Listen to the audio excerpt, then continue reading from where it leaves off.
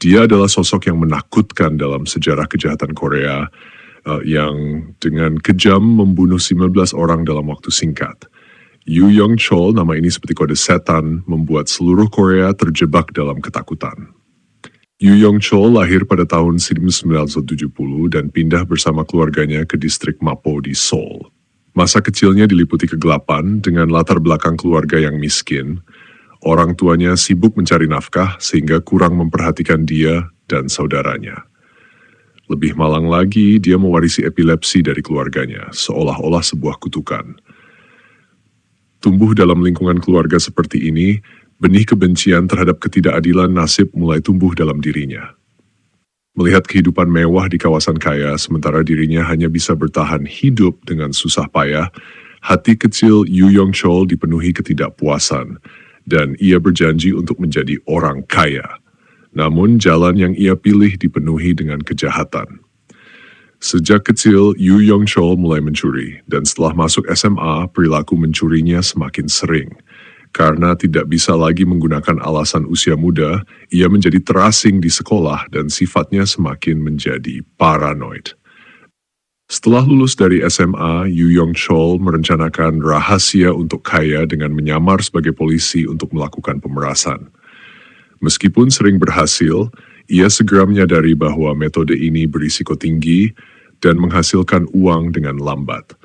Akhirnya, ia kembali ke kejahatan lamanya, menjadi penjahat ganda yang melakukan pemerasan dan pencurian.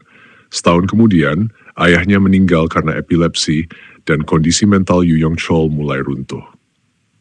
Ia mulai berbuat kriminal tanpa rasa takut, melakukan pencurian dan perampokan tanpa henti. Yoo Yong-chol semakin jauh terjerumus dalam dunia kejahatan, sementara itu juga terombang-ambing dalam kehidupan percintaannya. Ia jatuh cinta dan menikah dengan seorang pekerja pijat bernama Park Min-jin. Setelah menikah, ia sempat berniat untuk meninggalkan dunia kejahatan, tetapi setelah terbiasa mendapatkan uang secara ilegal, ia segera kembali ke jalan yang lama. Kelahiran putranya membawa kebahagiaan sekaligus kekhawatiran akan riwayat penyakit keluarga, sehingga ia semakin sering melakukan kejahatan yang membuatnya harus menghabiskan sebagian besar waktu di penjara. Banyaknya pertengkaran dengan istrinya tidak mampu membuat Yoo Yong-chol berubah, dan akhirnya saat ia menjalani hukuman penjara yang ke-11, istrinya mengajukan perceraian. Kehilangan saudaranya dan ibunya membuatnya merasa terasing, menjadikannya sebagai sosok yang kesepian. Ia menyalahkan semua kesengsaraan yang dialaminya kepada masyarakat dan orang kaya, dan bertekad untuk membalas dendam setelah ia keluar dari penjara. Pada 11 September 2003, Yoo Yong-chol keluar dari penjara dan menyewa sebuah rumah di kawasan kaya Gangnam, memulai rencana balas dendamnya.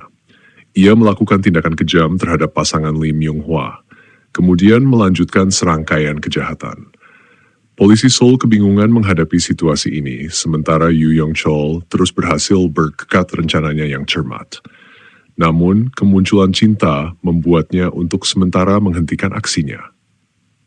Ia jatuh cinta dengan seorang pekerja pijat, tetapi setelah lamarannya ditolak, ia kembali kehilangan akal, mengalihkan targetnya kepada pekerja pijat tersebut. Akhirnya, Yoo Yong-chol ditangkap oleh polisi. Meskipun pernah berhasil melarikan diri, ia segera ditangkap kembali. Ia dijatuhi hukuman mati, meskipun kemungkinan tidak akan dieksekusi, hidupnya akan terkurung di penjara. Yoo Yong-chol adalah sosok yang penuh kontradiksi. Tindakan kejamnya membuat orang merinding. Tetapi pengendaliannya terhadap mantan istrinya menunjukkan adanya sedikit emosi di dalam dirinya. Kisahnya seharusnya menjadi cermin bagi masyarakat untuk merenungkan sifat manusia dan nasib.